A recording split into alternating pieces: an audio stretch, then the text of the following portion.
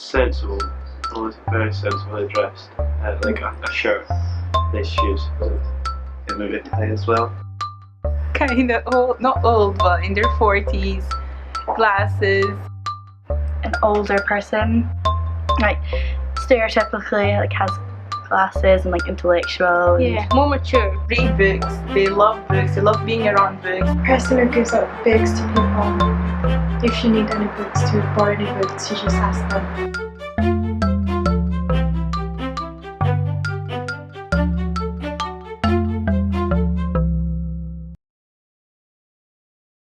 I am responsible for all of the books published in the UK from 1901 onwards. I say books, straight away I realise I've oversimplified things. It's not just books. It is increasingly websites, it could be tweets, it could be CD-ROMs and has been for a while, it could be any number of things. It's very often journals. And by journals I could mean academic journals, or I could mean magazines. We've got an awful lot of stuff that very few other people have, so I enjoy finding that unique stuff and thinking about who could use it and why, and bringing it alive. My favourite stuff is the 20th century material. Currently looking at a lot of the Edwardian books, the pre-First World War material. So right at the start of our collecting period in 1901, the various different types of literature, whether it's self-help books to fiction about the fear of war, and somebody who likes people at least as much as books, and preferably more, because there's a misconception, I think, that if you work in a library you spend all day reading books, and you don't have very much time at all to read the books, because what you're doing is processing the books in such a way as to make them useful and available to other people.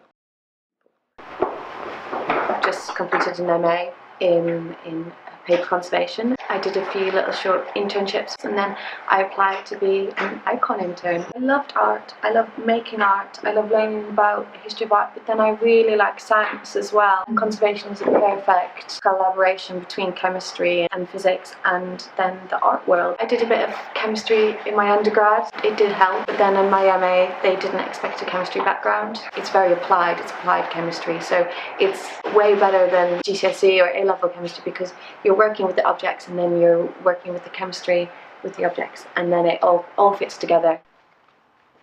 I started in front of house, so I've sort of had experiences working in two very different departments in the National Library, and an internal vacancy came up to be a conservation technician, and I applied and was successful. To be a technician you don't need any sort of formal qualifications like you would do if you're a conservator. I initially started using the library as a reader, so as a customer, and I only ever thought there was sort of 3 floors to the library. So you come in on George IV Bridge and you just think there's reading rooms and a cafe and exhibitions. You don't realise that underneath that there's 11 stories of manuscripts departments, rare books, conservation, book fetchers, porters. Actually, it's such a broad industry, and I think if you're interested in sort of art and paper-based materials, literature, all those kind of things, then working within a conservation department, I find is kind of a good place to be, or any part of the library, I suppose.